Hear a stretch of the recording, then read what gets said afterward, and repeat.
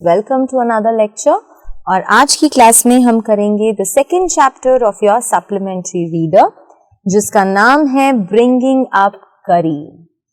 Now bringing up someone, इसका मतलब क्या होता है? किसी को बड़ा करना, किसी को पालना पोसना, उसके लिए हम ब्रिंगिंग अप फ्रेज का इस्तेमाल करते हैं। यहाँ किसको पाल पोस के बड़ा करने की बात हो रही है? करी को। करी कौन है यहाँ पर? अब एक एलिफेंट, एक हाथी।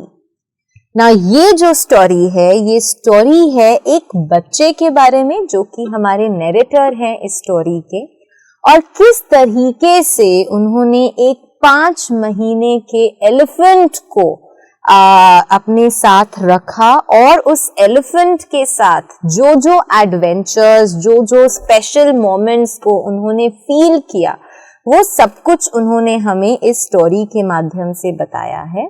नाउ अक्सर हमने सुना है, पढ़ा है, देखा है कि जहां पर एक पेट एनिमल के रखने की बात आती है तो लोग एक डॉग को या फिर कैट को रखते हैं, बट यहाँ पर एक एलिफेंट की बात आ रही है। और एलिफेंट हम सबको पता है जो एक कैट और डॉग से बहुत डिफिकल्ट जानवर है, तो जरूर हमारे नैरेटर को कुछ तकलीफों का भी सामना करना पड़ा होगा। सो क्या क्या चीजें हुई उनके साथ when he was bringing up करी? चलिए पढ़ते हैं। सो करी, a 5-month-old baby elephant, lives and grows up with his 9-year-old friend and keeper. Curry does not eat much, just about 16 kilograms of delicious twigs a day.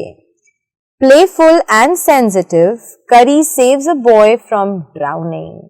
क्या क्या पढ़ेंगे हम इसके अंदर? करी, जो कि एक 5 महीने का बेबी एलिफेंट है, वो अपने 9 साल के दोस्त और कीपर यानी वो जो उसका ध्यान रखता है, उसके साथ रहता है और उसके साथ ही बड़ा होता है।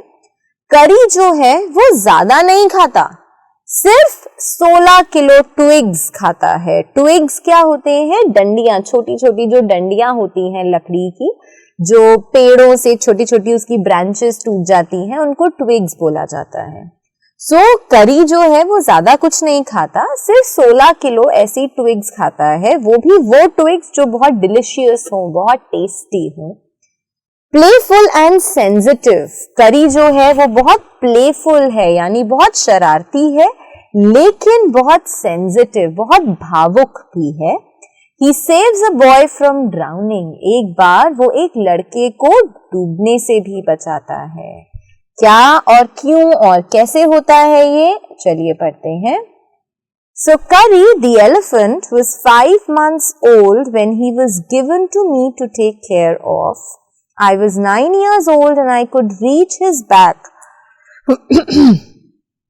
if I stood on tiptoe. He seemed to remain that high for nearly 2 years. We grew together. That is probably why I never found out just how tall he was.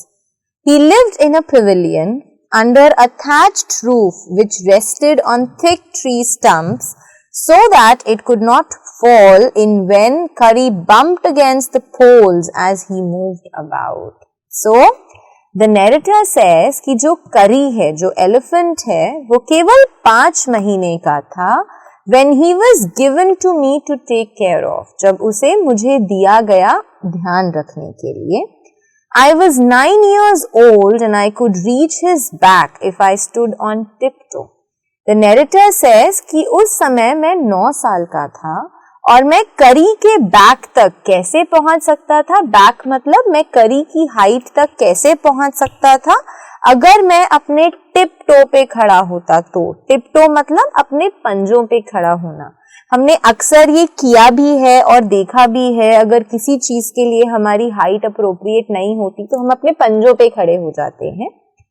He seemed to remain that high for nearly 2 years. The narrator says कि वो इतना ऊंचा, यानी उसकी height जो थी वो 2 सालों तक इतनी ही रही। We grew together.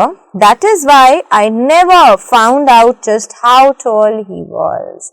The narrator says कि हम दोनों एक साथ ही बड़े हो रहे थे, यानी अगर करी की हाइट इंक्रीज हो रही थी तो मेरी भी हाइट इंक्रीज हो रही थी, और इसीलिए probably शायद I never found out just how tall he was. इसलिए मैं शायद कभी पहचान नहीं पाया या समझ नहीं पाया कि करी मुझसे कितना लंबा है, क्योंकि हम दोनों एक साथ बड़े हो रहे थे.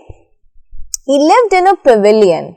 Pavilion का मतलब क्या होता है? जो करी के रहने की जगह थी, एक खाली जो ग्राउंड होता है उसको pavilion बोला जाता है.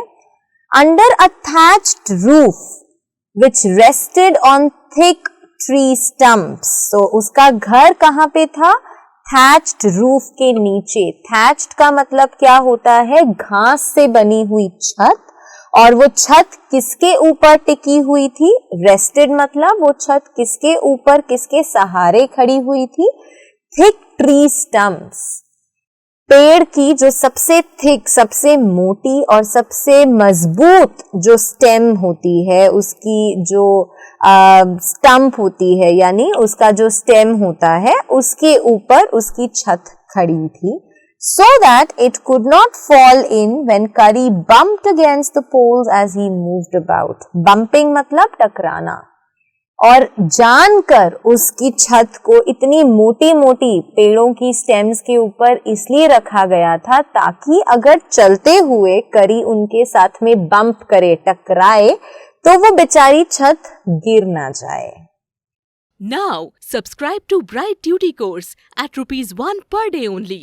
Download Bright Duty app from Play Store and get the online courses prepared by competent and experienced teachers for different education boards of classes 6 to 10. Bright Duty courses are available for the subjects of Math, Science, Social Science, English and Hindi in English and Hindi medium. Bright Duty follows 3-step approach, that is learning, assessment and exam preparation. In learning, topic-wise video lectures with explanation of concepts and discussion of textbook examples and questions are available with the solutions. In assessment, topic-wise online MCQ test, practice assignments and chapter-wise question bank are available with the solutions. In exam preparation, previous year's question papers, sample papers and model test papers are available with the solutions. Sign up today on Bright Tutor and avail your courses at affordable prices.